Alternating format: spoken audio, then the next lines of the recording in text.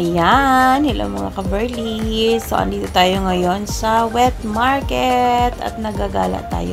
So, still in China tayo mga ka-Verlys, no? So, flex ko lang tong wet market nila, ang laki-laki.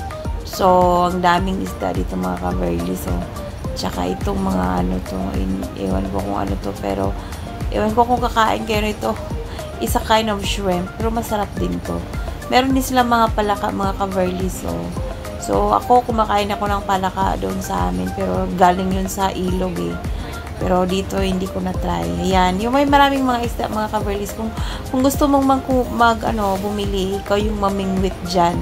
So, pili ka lang dyan kung ano yung gustong isda na ano mo. So, ito mga ka-Verlys koi, hindi to siya, paninda. Ano lang, display lang nila nito. Akala ko nga paninda, kukuha sana ako. Pero, display lang po. Ayan. So, ang dami din nilang mga seafoods. Ayan. So, paborito natin ang seafoods na yan. At syempre, itong mga meron din silang mga mga ka-Verlys.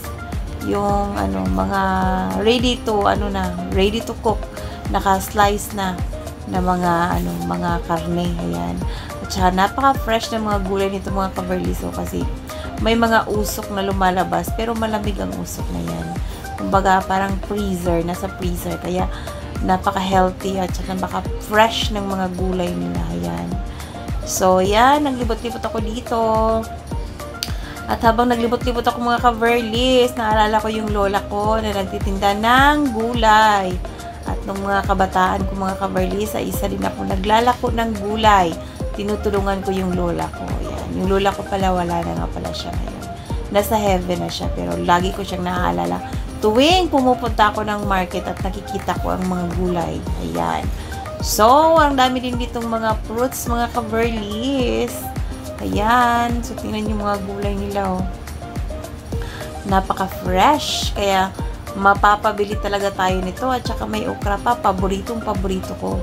Lagyan lang yun ng atong itlog. Ayan. So, ang dami ko nang nakitang mga gulay, mga ka-Verlys. Pero, may isa, wala pa akong nakuha.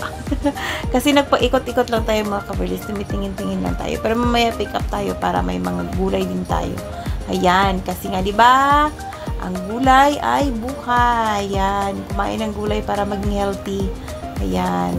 So, ang lalaki ng mga cucumber nila mga ka-Verlys. At paborito ko rin yan. Sa lang yan. Lagyan lang yan ng mga kunting sahog-sahog. Ang sarap na yan. Yan.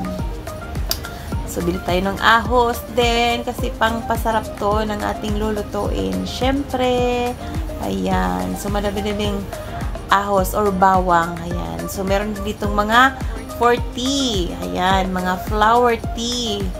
Na, ito talaga yung specialty din dito mga ka-Verlys. Talagang may tea talaga habang, kumakain sila after and tsaka before. Ayan. So, mga mga sahog to mga ka-Verlys sa kung gagawa ka ng soup or mga tea. Ayan. So, kumpleto ricados. Ang dami-dami ditong pagpipilian mga ka-Verlys. Mapapalula ka na lang talaga sa bibilin mo kasi napakadami. At saka, grabe mga ka-Verlys, ang mura pa. Ayan. So, very affordable yung mga paninda dito. Ayan.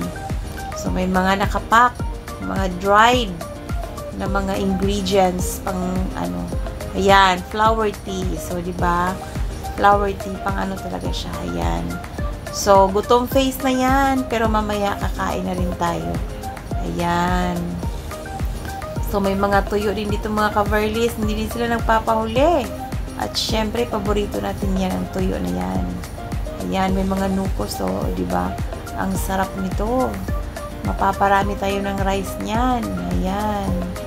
So, ikot-ikot pa rin tayo mga ka-Verlys habang tumitingin sa kanilang mga paninda ng dami-dami.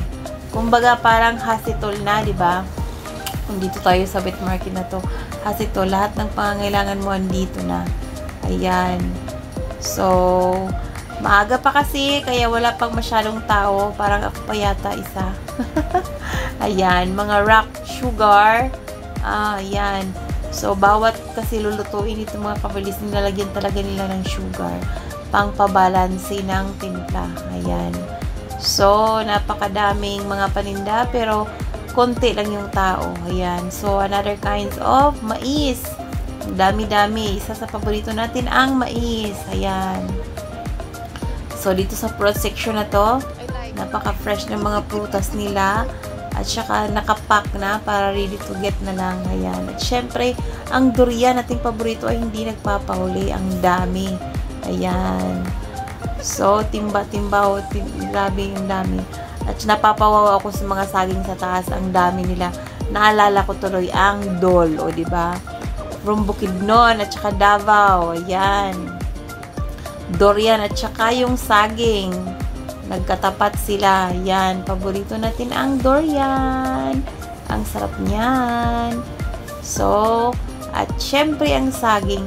So, tingnan ko yung label. Hindi siya made in Philippines. Made sa kanila. Ayan. Watermelon. Ayan. Maganda to. Sa tag-init. Pulang-pula yung watermelon nila. Ang tatamis mga kabarlis. Kaya kuha din tayo. Ayan. Thank you for watching and see you next video po. Thank you everyone!